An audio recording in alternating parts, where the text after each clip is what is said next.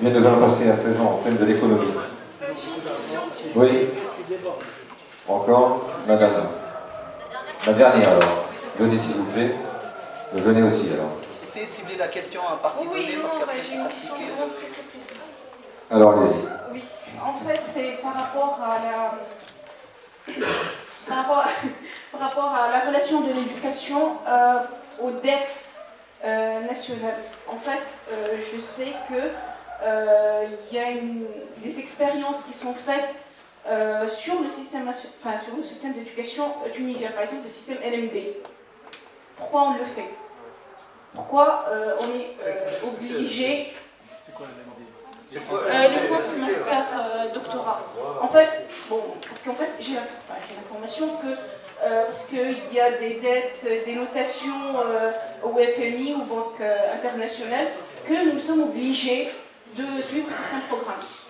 Voilà. Merci.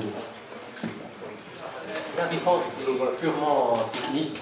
Il faut suivre l'actualité. Bon, depuis 20 ans, depuis 30, 40 ans, la Tunisie, elle prend des dettes de la FMI, de certaines banques européennes, de certains banques. En contrepartie, ils nous imposent des choses. Par exemple, quand on prend des dettes des banques françaises ou de la France, elle nous impose que le français reste la deuxième langue. Quand on prend des dettes, par exemple, de la Banque mondiale ou des États-Unis, ils utilisent la Tunisie comme un laboratoire. Ils ont fait en Tunisie le NFD comme laboratoire. La Tunisie a été un laboratoire pour ce processus et ceci est dû à une dette. Ce que nous proposons et ce que presque plusieurs partis, on est obligé de prendre des dettes, mais la solution c'est de diversifier. On n'est pas obligé de prendre des dettes de seulement certaines banques, il y a d'autres banques au Golfe, en Asie. C'est des emprunts. Oui, des emprunts. C'est ça, c'est la Et juste, dernière question concernant ce sujet. Bonjour. Donc moi je vais partir d'un cas très spécifique en fait, mais que je vais utiliser en guise d'exemple en fait pour un problème qui est plus vaste, qui est la fuite des cerveaux en fait. Donc tous les ans il y a au moins 150 étudiants en fait, qui quittent l'Institut préparatoire des études scientifiques et techniques de la Marsa, qui sont littéralement les lauréats du concours baccalauréat tunisien en fait. Donc ce sont des étudiants qui se voient octroyer une bourse, qui partent faire des études en France, principalement des études d'ingénieurs. Et selon les sondages, il y a moins de 5% de ces étudiants qui rejoignent le pays, donc au terme de leurs études ou au terme de leurs études plus quelques années d'expérience. Donc moi je demande ce que vous comptez faire pour réattirer ces lauréats et les réinsérer dans le système économique. Donc voilà. Merci. 2 secondes. 2 secondes. Vous allez, je suis sûr que si on a le temps, il y a toutes sortes de questions qui sont diverses et qui seront posées à la fin, je vous l'ai dit tout à l'heure. Sur l'éducation, j'aimerais bien savoir le débat de chacun sur l'élément qui est essentiel pour le pays, c'est la plus-value, c'est la recherche. Personne d'entre vous n'en a parlé. Si, il en a parlé, monsieur. L'articulation avec l'industrie. C'est le choix des partis d'aborder les points qui leur semblent intéressants. Bon, répondez. Non, il répond. Je vais répondre vu que moi-même je suis boursier et je suis venu de la Tunisie après le bac, donc ça me concerne essentiellement cette question. Il y a deux problèmes, deux approches. Tout d'abord, c'est une approche culturelle. Il y a on peut dire sans honte, un manque de patriotisme chez certains jeunes étudiants. Ça, c'est un constat. Donc, il faut de nouveau faire éduquer sur l'amour de la patrie, qui est quelque chose de très important. Il faut que l'étudiant tunisien, il se dit que je me sacrifie pour mon pays, même si je rentre en Tunisie avec des conditions de travail qui sont au-dessus de la France. C'est un amour du pays. Et ensuite, il faut valoriser l'élite tunisienne quand elle retourne chez elle. Et ça, normalement... On a compris. Attendez, juste une seconde, madame va rebondir sur la recherche. Donc concernant la recherche, nous ne l'avons pas évoqué, mais c'est un point très important. À Takat, nous soutenons beaucoup la recherche. Nous sommes pour une autonomie de la recherche au sein de l'université. Il faut savoir qu'à l'heure actuelle, uniquement 1% du PIB est injecté dans la recherche et développement, alors que c'est ça ce qui va être à la clé du développement économique et de l'épanouissement du pays.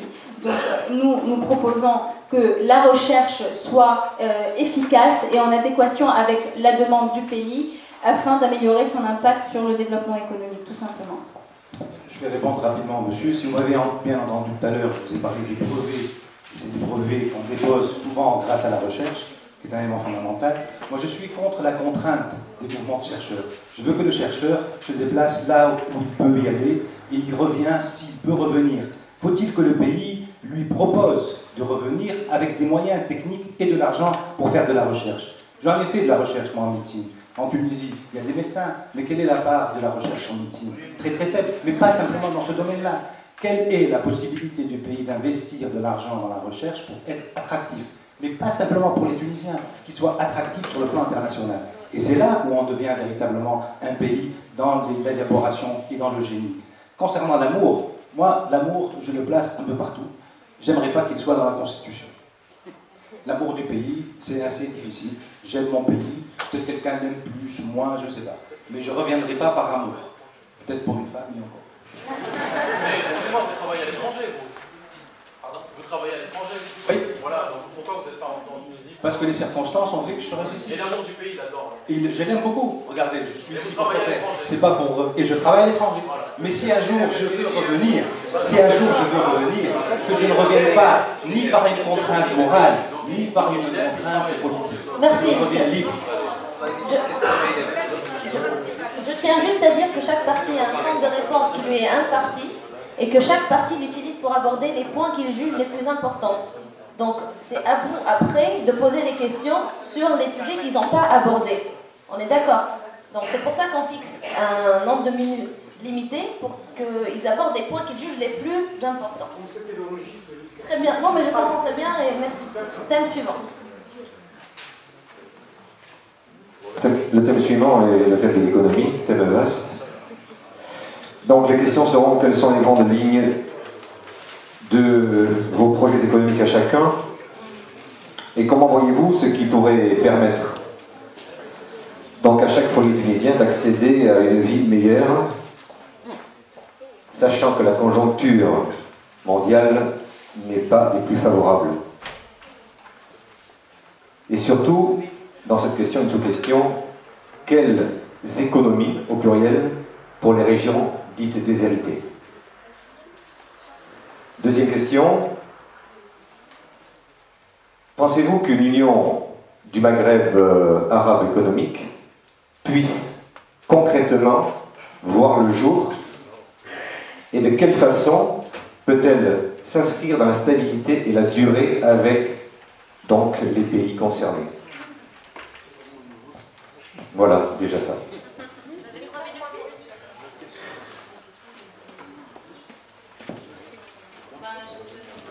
Oui, monsieur, si vous voulez, puisque on... Oh non, mais d'accord, ok, non, c'est bon.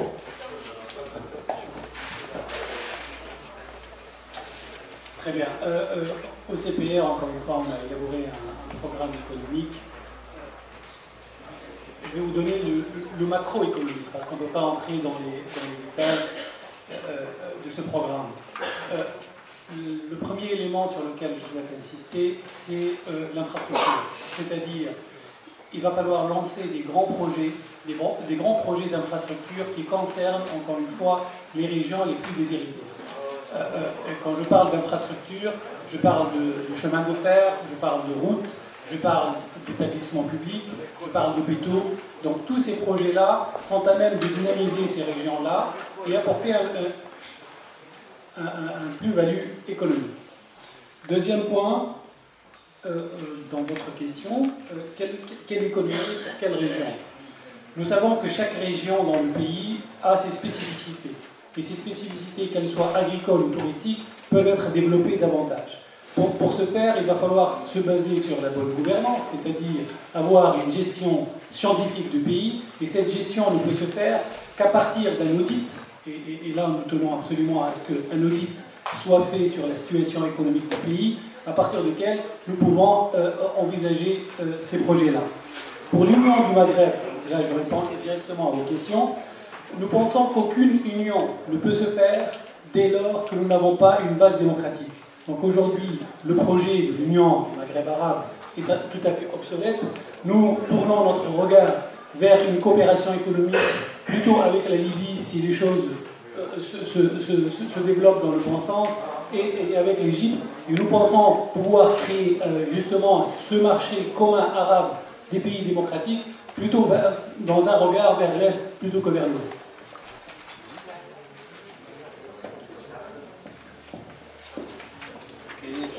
Pour le côté économique, je pense qu'il est important de rappeler un peu un certain nombre de constats sur lesquels je pense que tout le monde est d'accord sur le fait qu'il y a une certaine incapacité du modèle précédent qui s'est révélé, qui a donné donc les limites qu'on a vues, chômage, déséquilibre régional, etc. Ça, c'est le premier point. Deuxième point, c'est l'absence de la bonne gouvernance et l'enracinement d'un système de corruption. Troisième élément, c'est le problème du chômage, des équilibres régionaux. Et en corollaire à ça, c'est l'absence de confiance pour les initiatives d'investissement à la fois intérieur mais extérieur. Donc ça, c'est un peu un constat partagé.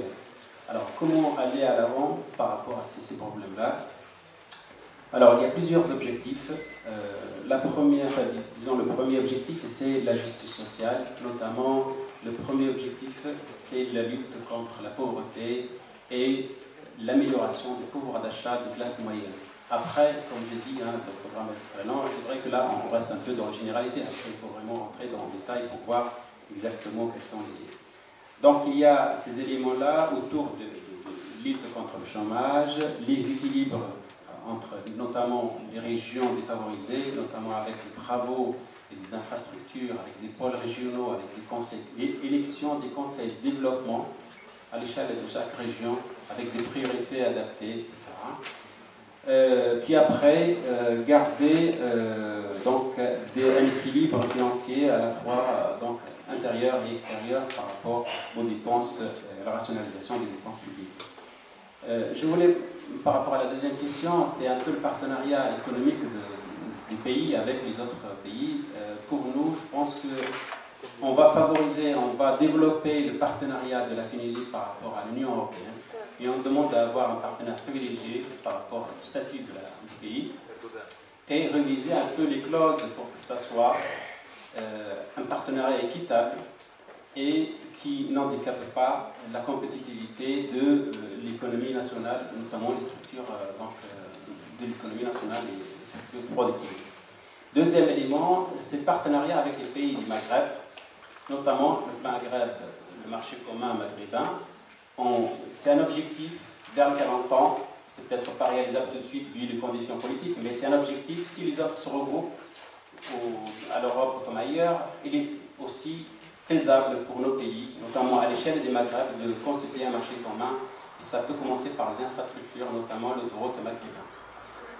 Troisième point par rapport au partenariat, c'est favoriser le partenariat arabo-musulman avec l'investissement, la capacité d'investissement islamique qui peut donc donner des pouvoirs et favoriser la croissance dans le pays. Bien, à vous.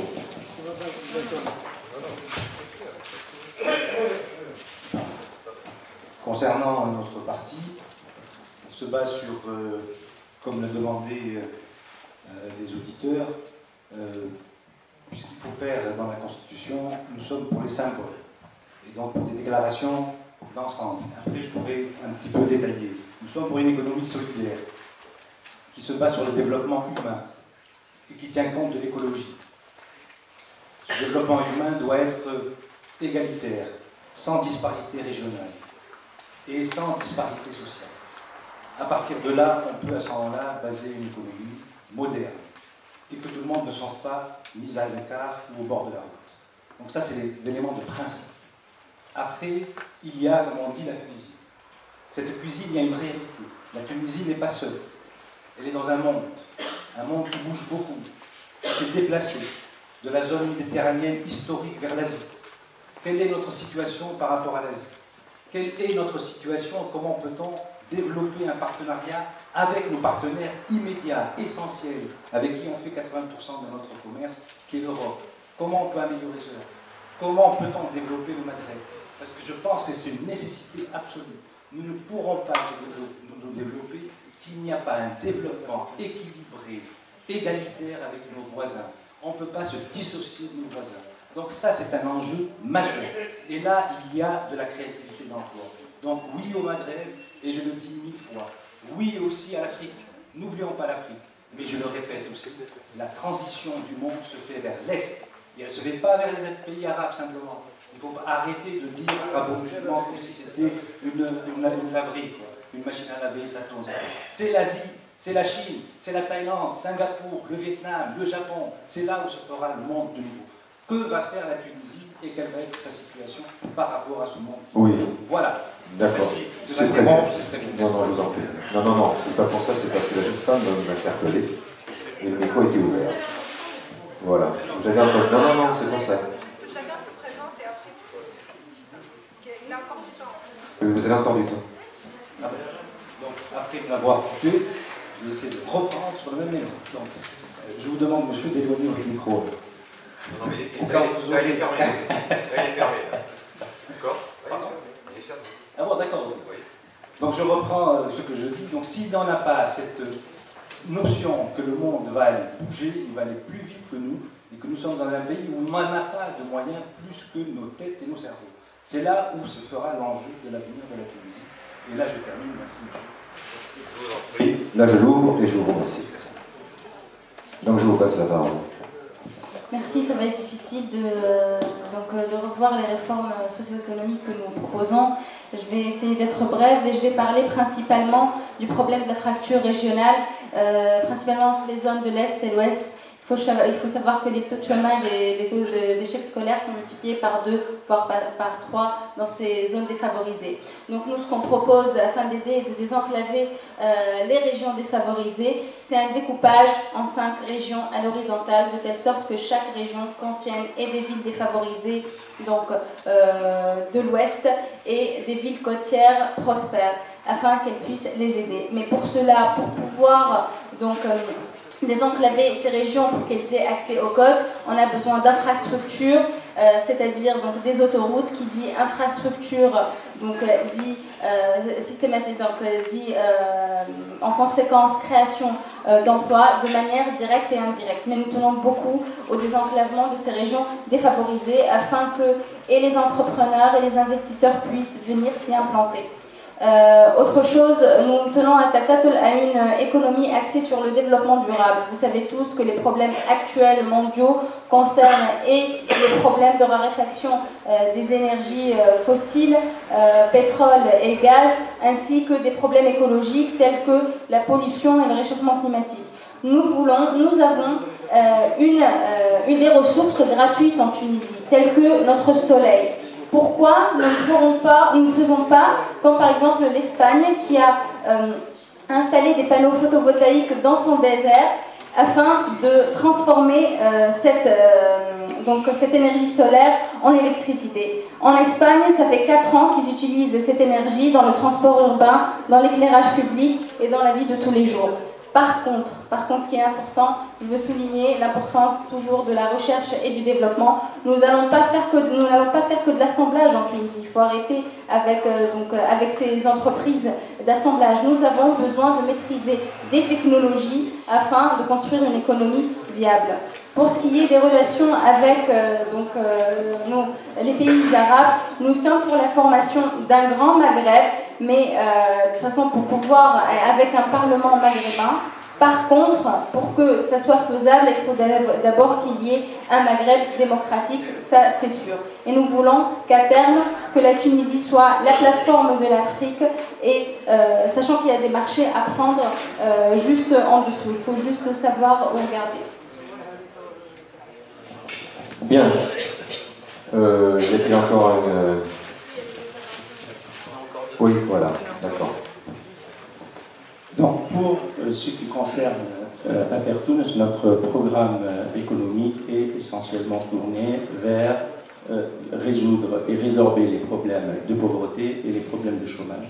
Et pour résoudre ces problèmes de pauvreté et de chômage, nous voyons en Tunisie un État jouant le rôle de régulateur, donc un État opérateur dans les secteurs stratégiques et sensibles, donc un État qui joue un rôle dans les secteurs par exemple des mines ou dans les secteurs comme la distribution de l'électricité, l'assainissement de l'eau, mais aussi un État qui soutient les projets innovants. Mais nous voyons un État qui se désengage du secteur concurrentiel. Donc nous disons que tout le secteur concurrentiel doit passer dans l'initiative privée. C'est ce qui permettra, par le libre jeu de la concurrence, de développer notre économie.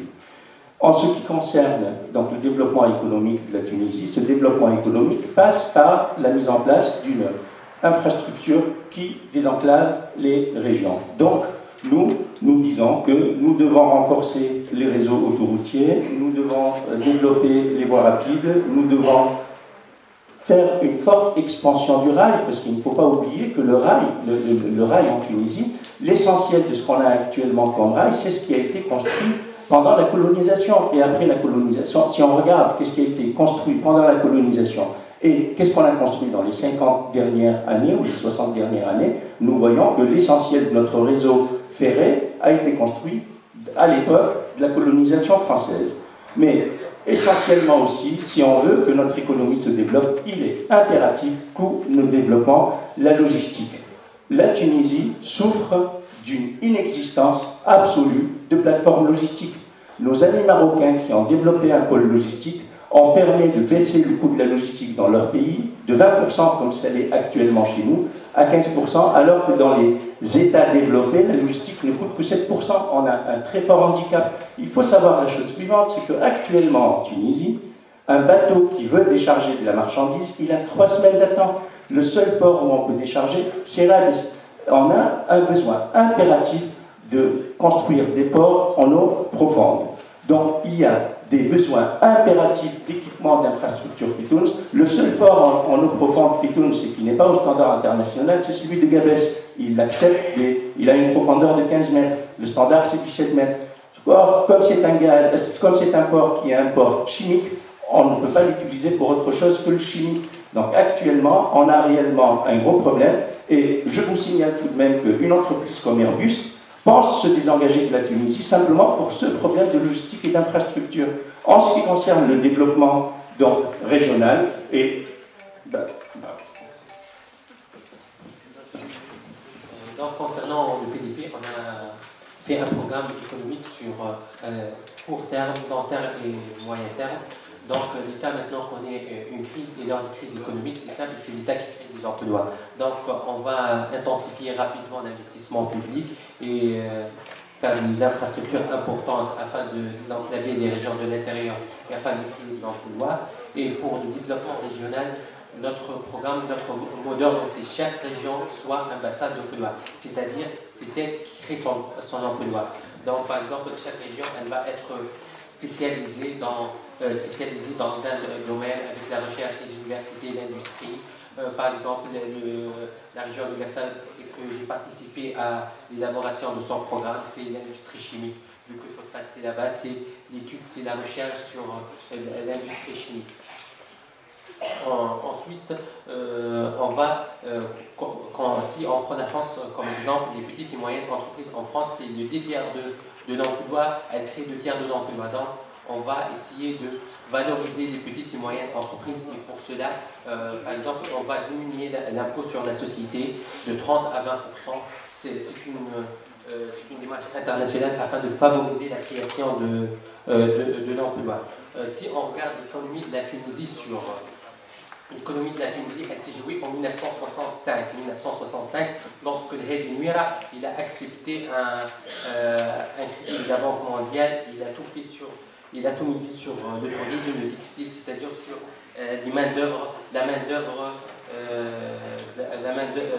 la Tunisie. Nous, on mise sur le cerveau. C'est-à-dire qu'on va vendre les technologies, on va intensifier l'investissement, on va intensifier et on va redonner la place de l'agriculture en Tunisie. Vous avez parlé aussi des partenaires. Quand on regarde l'histoire humaine, après chaque révolution, on change d'espace géopolitique économique. Lorsque vous, un exemple, le Portugal, avant la révolution portugaise, l'économie du Portugal, elle était basée sur ses anciennes colonies. Après la révolution, elle est devenue basée sur l'Union européenne. Donc c'est un résultat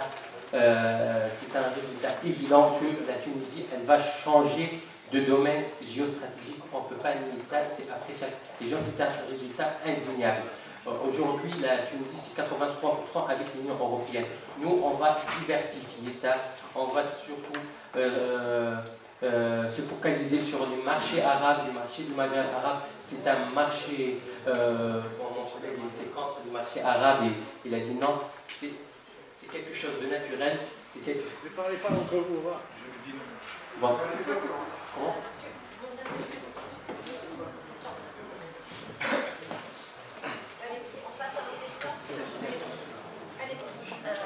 J'ai une question pour le BDP, donc très clair. J'aime beaucoup le côté utopique de votre présentation du programme économique, sauf qu'un programme économique part sur une base de diagnostic. Or, durant les 9 derniers mois depuis la Révolution, les chiffres sont là, tout le monde a eu connaissance de nos chiffres catastrophiques. Vous me disiez que votre programme économique va être basé sur les cerveaux, or on est dans un problème de formation radicale par rapport au niveau d'enseignement. Dans le long terme, mais on ne peut arriver au long terme qu'à partir d'un constat de fait aujourd'hui. Et maintenant, quand vous me dites aussi, c'est une question sur laquelle je voudrais comprendre sur quelle base vous présentez ce programme-là, puisque vous me dites qu'après toute révolution, les relations géopolitiques doivent forcément changer, comme ça a été le cas, ils doivent forcément changer. Or, vous voulez vous orienter vers le monde arabe ou le Maghreb, est-ce que vous m'arrêtez?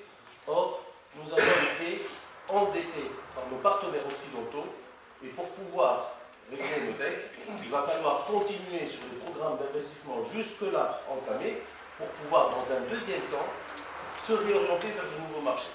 Ceci, c'est bien, mais je pense que l'objectif aujourd'hui de notre réunion, c'est par rapport à la valeur des secteurs économiques et les cadres juridiques dans la Constitution qui vont pouvoir nous permettre de nous développer dans ces horizons-là.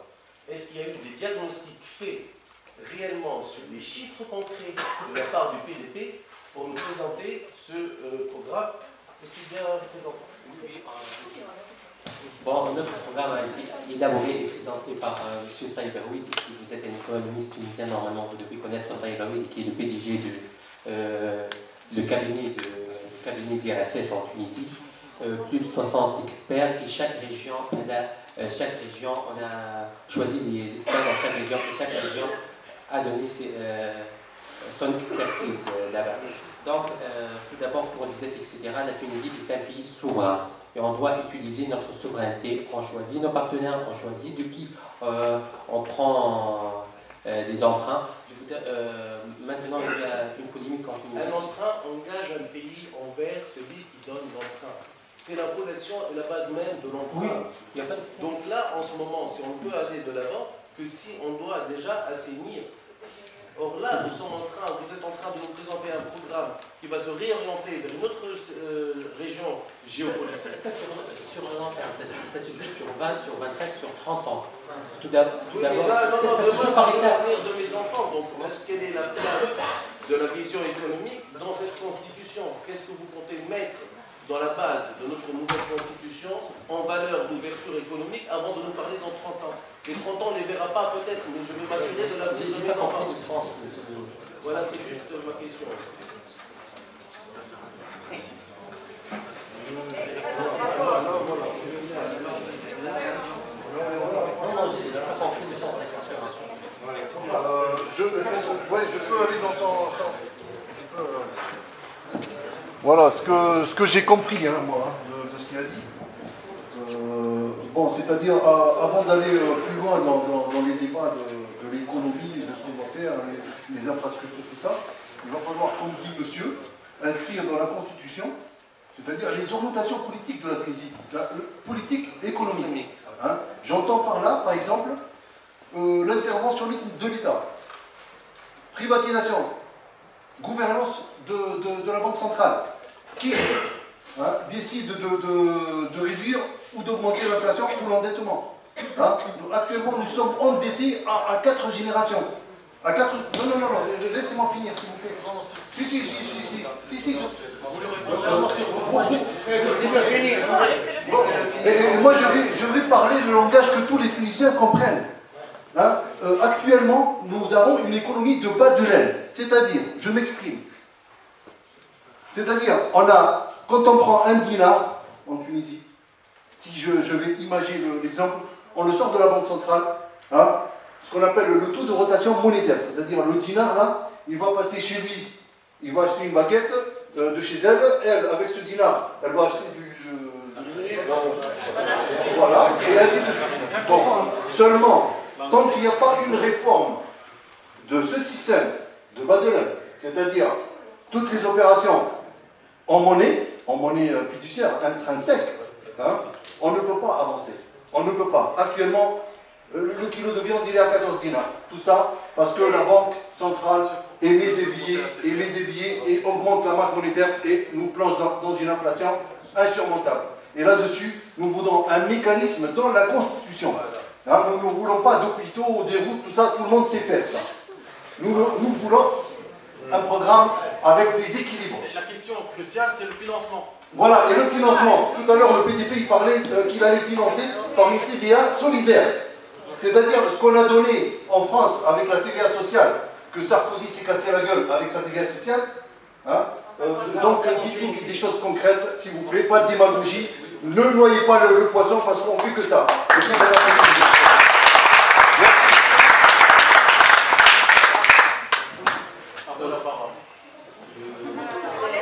On va d'abord laisser répondre. C'est la même. Alors c'est bon, répondez. Je vais répondre un peu plus au départ sur la question des dettes, etc. Aujourd'hui, les dettes en Tunisie représentent 40% du PIB. En Égypte, 56%. Au Maroc, 60%. En France, 84%. Au Canada, 89%. Donc, on a de... Ça représentent les 40%, c'est quoi exactement? Des dettes internes, des dettes externes, des dettes de l'État, des entreprises publiques. Les dettes de l'État tunisien, c'est 35% dettes internes. Il y a 38%, je crois, bilatérales. Il y a une 41% avec des institutions mondiales, c'est-à-dire la Banque mondiale, etc. Je n'ai pas les chiffres, mais on a environ 30% de dette interne. On a environ 40%, entre 30 et 40% de dettes bilatérales entre les États. Et on a un autre tiers avec les institutions. Et je vous dis, ça c'est un jeu politique très simple de faire monter la foule contre les dettes. La Tunisie, c'est 40% du PIB. En Égypte, c'est 56%. Oui, donc on a encore de la manœuvre et on peut prendre des dettes de toutes les façons pendant 60 ans. Pendant 60 ans, lorsqu'on prenait des dettes pour construire, personne n'a parlé aujourd'hui quand on va prendre des dettes pour construire une autoroute pour Sidi-Bouzid, tout le monde en parle. C'est de l'injustice, je trouve ça. Pendant 60 ans, personne n'a pas parlé et maintenant dans et maintenant pour la les chiffres que vous tirez, c'est les chiffres du gouvernement de Ben Ali. Enfin, on n'a pas fait les ce sont des chiffres sur parole. Vous pouvez vérifier tout à l'heure. Oui, c'est mieux. Oui, si vous voulez vraiment vous exprimer, levez-vous. Non, mais levez-vous. Oui, voilà. Donc, les 40% que vous évoquez, j'ai pas l'impression qu'on ait fait depuis la Révolution de nouvelles études pour...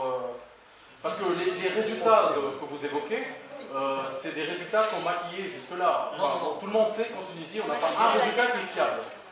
Ce résultat a été énoncé par M. Abdelazak Zouel, le ministre du Développement régional. C'est une référence, après la Révolution, c'est un grand expert tunisien, c'est le doyen de IHEC Carthage, c'est internationalement reconnu. Il a fait ses études, ce sont les chiffres dont on s'est basé, ce sont les chiffres de M. Abdelazak Zouel et du ministre du La dernière chose, vous avez dit des choses pratiques.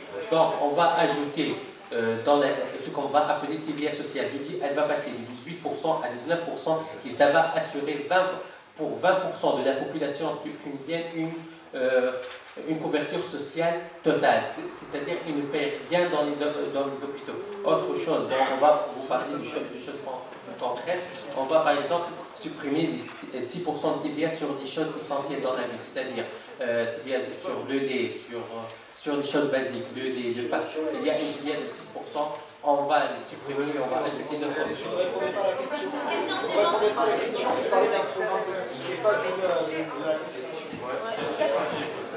Bonsoir, monsieur Ismaël, étudiant à l'école d'économie de Toulouse. Est-ce que vous avez des programmes concrets dans le court terme? La patience du peuple, le peuple, c'est un peuple qui n'a pas de patience. Il y a un grand déséquilibre régional, on sait très bien qu'il y a un grand déséquilibre régional. Est-ce que vous avez fait des études sectorielles spécifiques pour chaque région? Et quelles sont vos estimations pour le taux de croissance dans les années à venir? Et je parle à partir de l'année prochaine. Parce que là, concrètement, l'économie, c'est la priorité. C'est la priorité, l'économie. Vous parlez de droits de l'homme et tout, on est d'accord. Tout le monde sait qu'il y a un peu de مكتوب وما يعمل شيء. لا يبدا إلى وجهك لا على droits de l'homme لا شيء. مكتوب وما يبقى مشاكل. J'ai vu des partis qui font des promesses genre baguette, beignet, c'est irréalisable. C'est irréalisable, on peut pas, ça ne peut pas passer. Donc la question, est-ce que vous avez des projets concrets dans le court terme? Vous parlez dans 20 ans, j'ai 20 ans là. Dans 20 ans, j'aurai 40 ans, je vais pas. Oui. Je vais dire pour l'année prochaine, je vais dire pour le 23 octobre. Pour 20 ans, c'est. À tout le monde.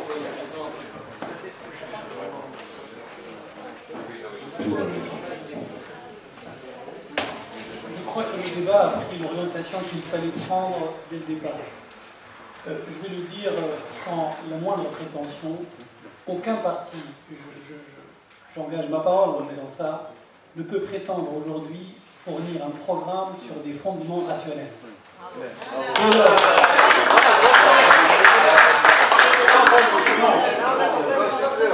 Parce que quand on a commencé à travailler, on s'est heurté à un élément fondamental, les bases de données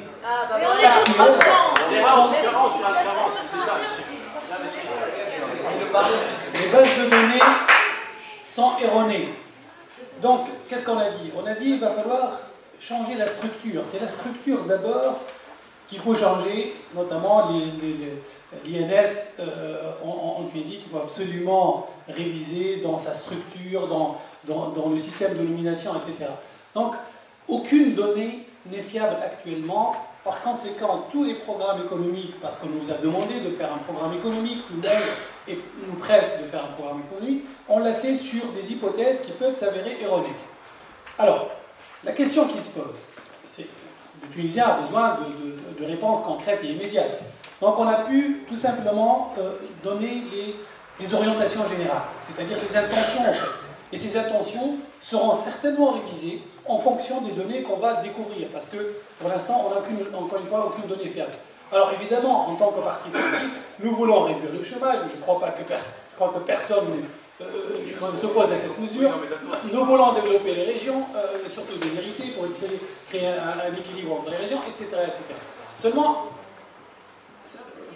j'essaie de vous répondre. Allez-y quand même. Voilà.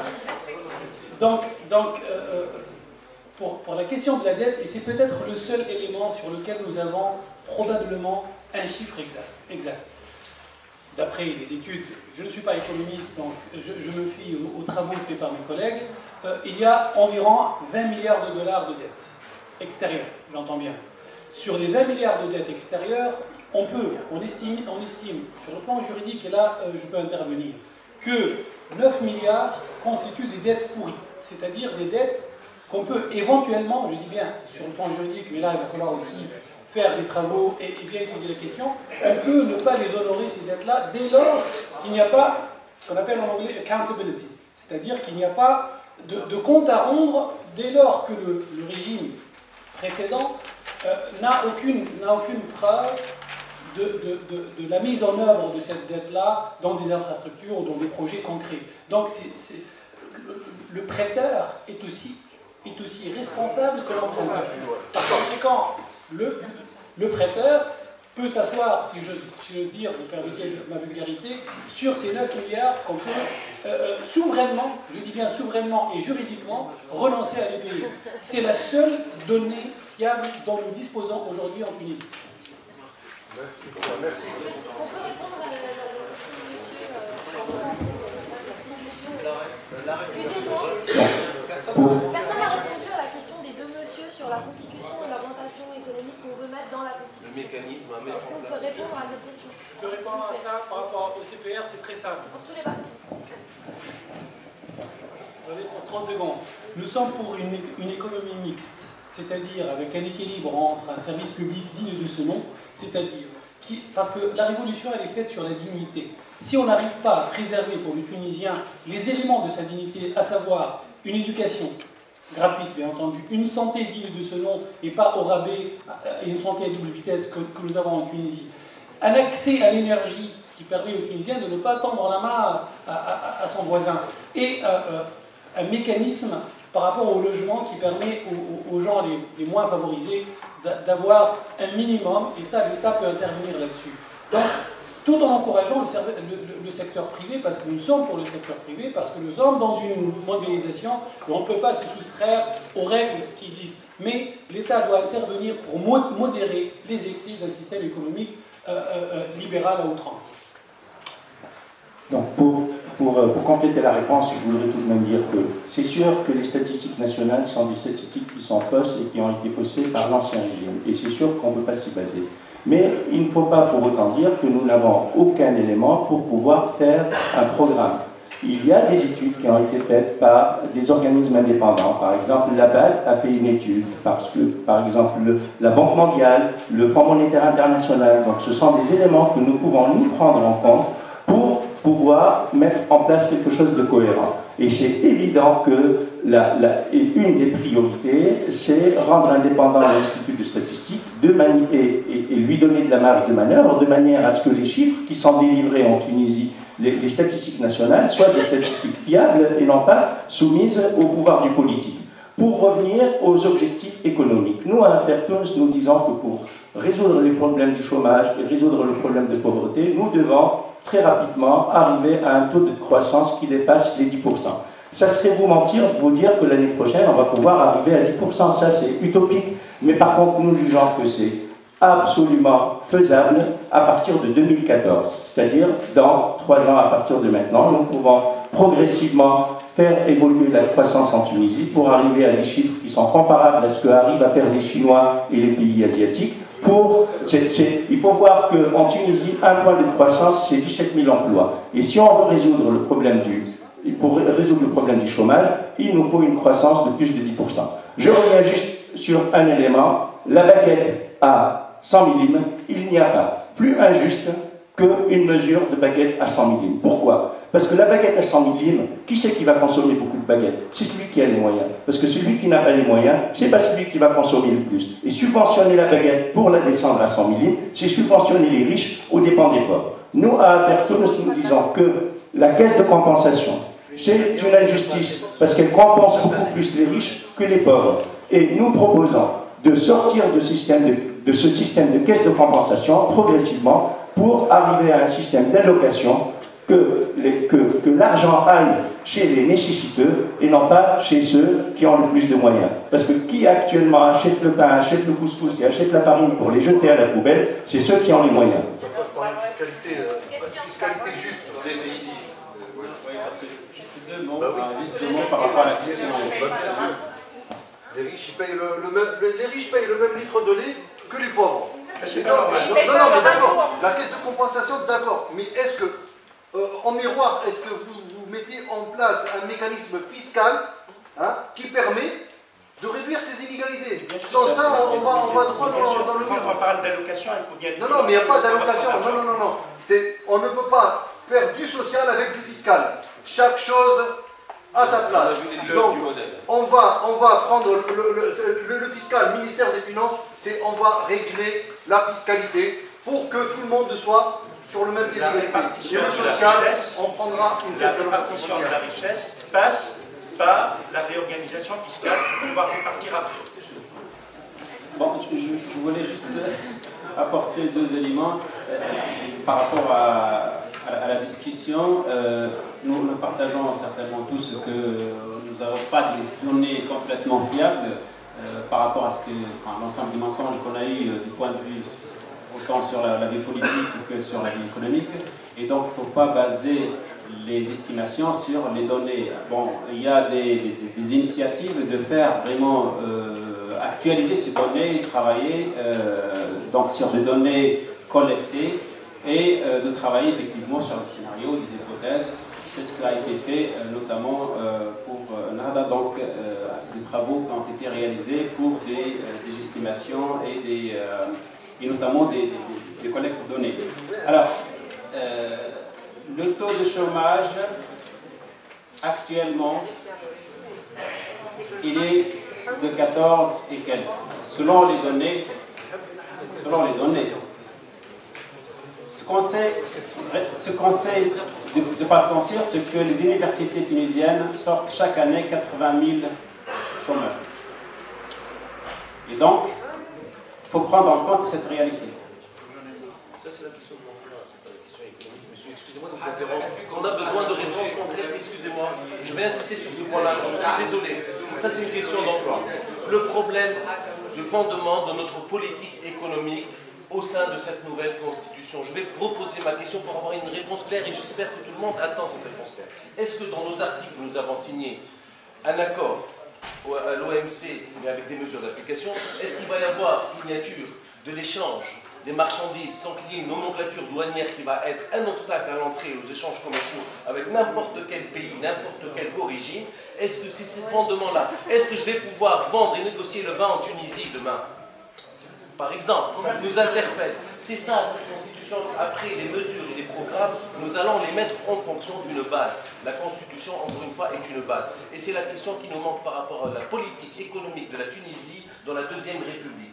Ce sont des éléments clés qui vont pouvoir encourager demain un investisseur ou un échangeur, qu'il soit saoudien ou sud-africain pour vendre son vin, ou le saoudien pour nous vendre, voilà, même tunisien, je parle d'échange. C'est ça la question qui nous manque par rapport à la Constitution et non pas vos programmes. On vous croit dans les 30 ans. Moi, je veux voir le 24 ce qu'il va y avoir dans ma nouvelle Constitution. Voilà ma question. Merci.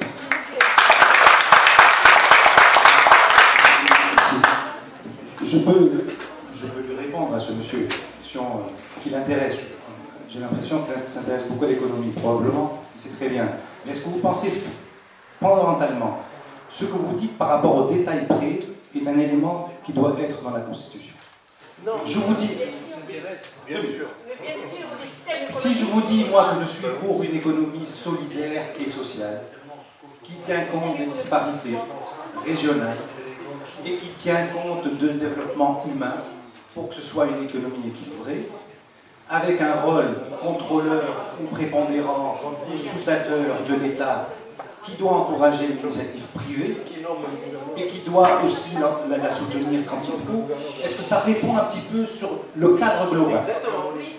Eh bien, je vous l'ai dit tout à l'heure. Voilà. Non, mais vous n'avez pas présenté un programme. Je parle par rapport aux gens. Moi, je présentais un programme politique. Je ne présente pas des programmes. Je ne suis pas un économiste, mais vu la situation mondiale et vu ce qui se passe au niveau financier et économique, où tous les 6 mois tout change et on ne sait pas comment, donc je ne me permettrai pas surtout de m'engager dans un programme au détail. Je dirais quel est l'objet et le sens de ma politique. Ma politique, je peux la définir.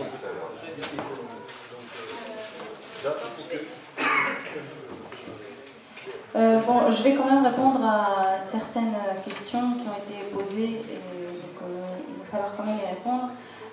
Concernant notre stratégie économique, ça va être globalement d'encourager l'entrepreneuriat et l'investissement, sachant que par rapport à l'investissement extérieur ou par rapport au privé, l'État doit garder le contrôle sur les secteurs clés tels que l'eau et l'électricité par exemple. Pour ce qui est donc, de l'amélioration du taux de croissance, quelqu'un l'a déjà évoqué, l'amélioration du taux de croissance se fera donc et par l'investissement et par l'entrepreneuriat, ce que je viens de dire, mais tout ça ne pourra se faire que dans un climat assaini, un climat des affaires assaini, et donc en résolvant le problème de corruption et d'insécurité auquel nous sommes en train de faire face à l'heure actuelle. Une personne a parlé de mesures urgentes, parce qu'il s'agit d'une urgence, effectivement. L'urgence par rapport au chômage, à la précarité, au bas salaire. Nous, à Itacat, bon, je vous donne des chiffres, même si, bon, il faut quand même se baser sur des chiffres pour faire des propositions. Il faut leur faire un minimum confiance. Nous avons à l'heure actuelle, nous comptons 700 000 chômeurs, avec 140 000 entrants dans le marché du travail chaque année. Donc il va falloir proposer une mesure d'urgence, et c'est ce que nous faisons. Donc nous proposons la création de 100 000 emplois jeunes dans les régions prioritaires principalement, et concernant les chômeurs de longue durée. Et ce, dans le secteur public. Parce que ce qu'il faut savoir, c'est que le secteur public à l'heure actuelle, il n'embauche que 20% uniquement des actifs, et ceci est dû à la politique de gel de recrutement appliquée par l'ex-gouvernement depuis ces 10 dernières années. Vous allez me dire comment, juste un point de financement, comment nous allons les financer très rapidement, et bien en modernisant le recouvrement fiscal tout simplement. Chacun doit payer ce qu'il doit à l'État.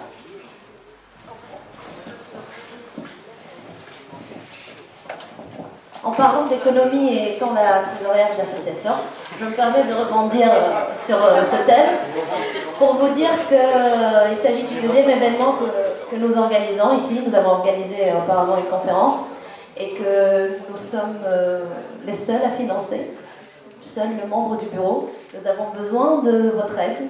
Donc je lance un appel aux dons. Il y a une urne à l'arrière sur la table. C'est une petite boîte, il y a écrit Jasmin Tunisie, Liberté et Démocratie. Je vous invite donc à nous faire des dons, les plus symboliques aux plus généreux, car nous en avons besoin pour mieux avancer et pour organiser d'autres événements dans le futur. Voilà, merci.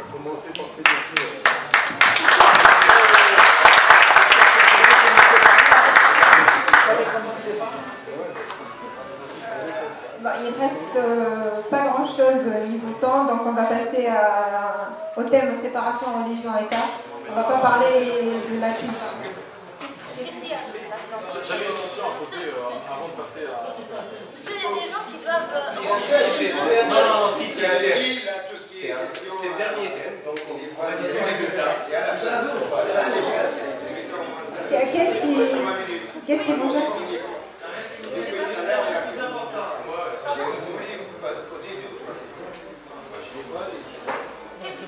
Ces questions, il a dit tout à l'heure, il y a des questions, c'est-à-dire qu'ils ne sont pas précis, ce sera à la fin. La fin est rédigée à la fin.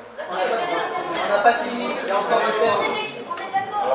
Juste, on a insisté. On va déborder. Qu'est-ce que vous voulez en fait? Vous voulez poser deux questions? Allez-y. Depuis tout à l'heure.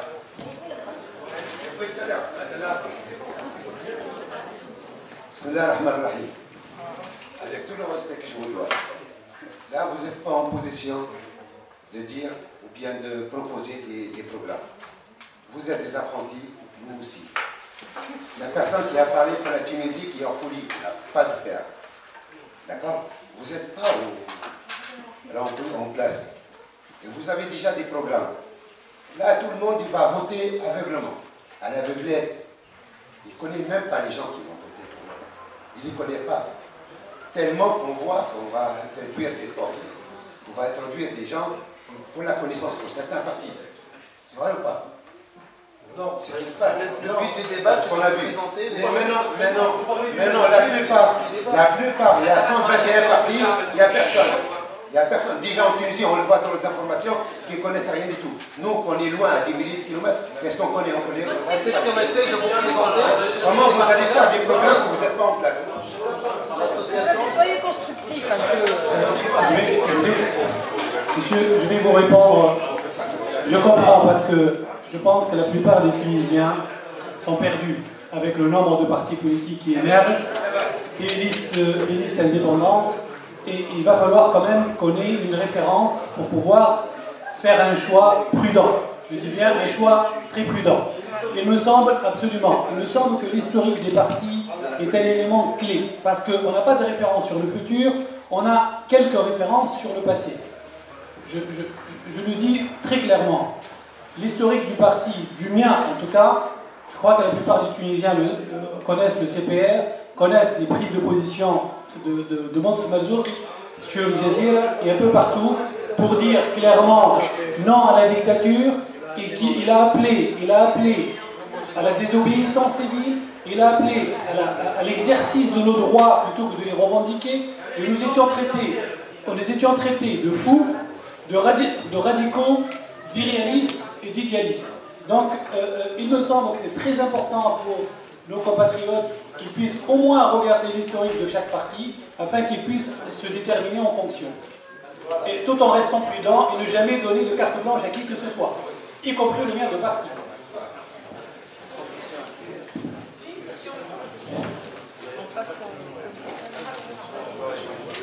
Je partage la vigilance et c'est un peu le rôle aussi de nous en tant que citoyens et aussi société civile.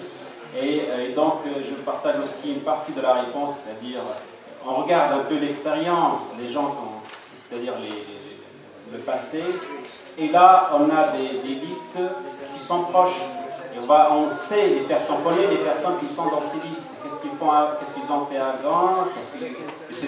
Et on connaît un peu, ça joue un rôle. Ça joue un rôle, c'est-à-dire si vous avez des listes devant vous, vous savez à telle personne qu'est-ce qu'il a fait, qu'est-ce qu'il n'a pas fait, et vous donnez votre oui, oui. Non,